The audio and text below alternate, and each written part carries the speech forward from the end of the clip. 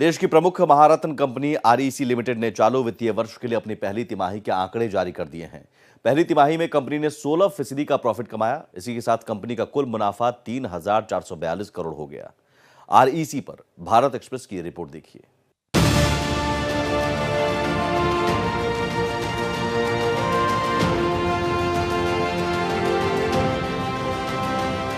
साल 1969 में स्थापित हुई देश की प्रमुख महारत्न कंपनी आरईसी लिमिटेड ने वित्तीय वर्ष 2024 से 2025 की पहली तिमाही के लिए अपने आंकड़े जारी कर दिए हैं। पहली तिमाही में कंपनी ने 16% का मुनाफा कमाया है, जो कि पिछले साल फर्स्ट क्वार्टर में 2,960.73 करोड़ था। 16% के मुनाफे के साथ अब ये 3,442 करोड़ पर पहुंच गया है। आपको बताते चले कि साल 2022 से 2023 में कंपनी का नेटवर्थ 68,783 करोड़ था।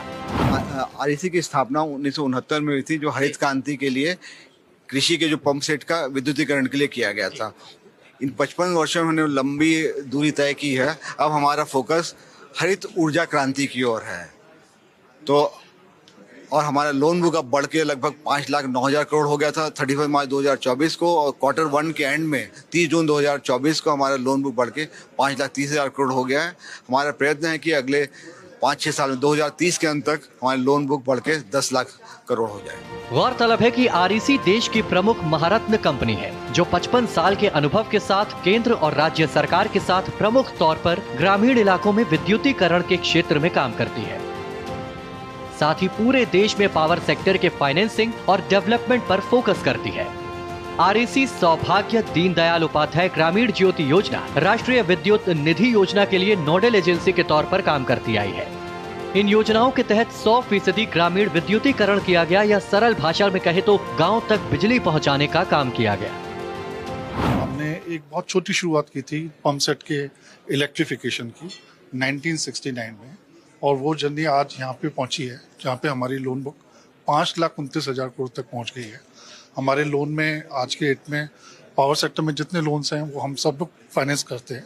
हमने इंफ्रास्ट्रक्चर और लॉजिस्टिक्स भी फाइनेंस करना शुरू किया है, और that also is now becoming part of our loan book. REC मौजूदा वक्त में metro, rail, airport, IT, school, hospital, ports, steel refinery जैसे क्षेत्रों में भी सेवाएं दे रही है।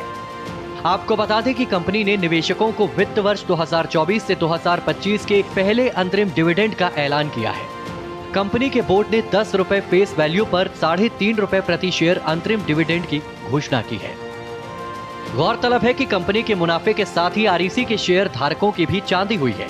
इसमें निवेश करने वालों को आरईसी ने पिछले 6 महीनों में ही 33% का रिटर्न दे दिया है। आरईसी के शेयर एक साल में 260% और 2 साल में 558% चढ़े, जिससे इसमें निवेश करने वाले माला माल हो गए। भारत एक्सप्रेस के लिए मोहित शुक्ला की रिपोर्ट।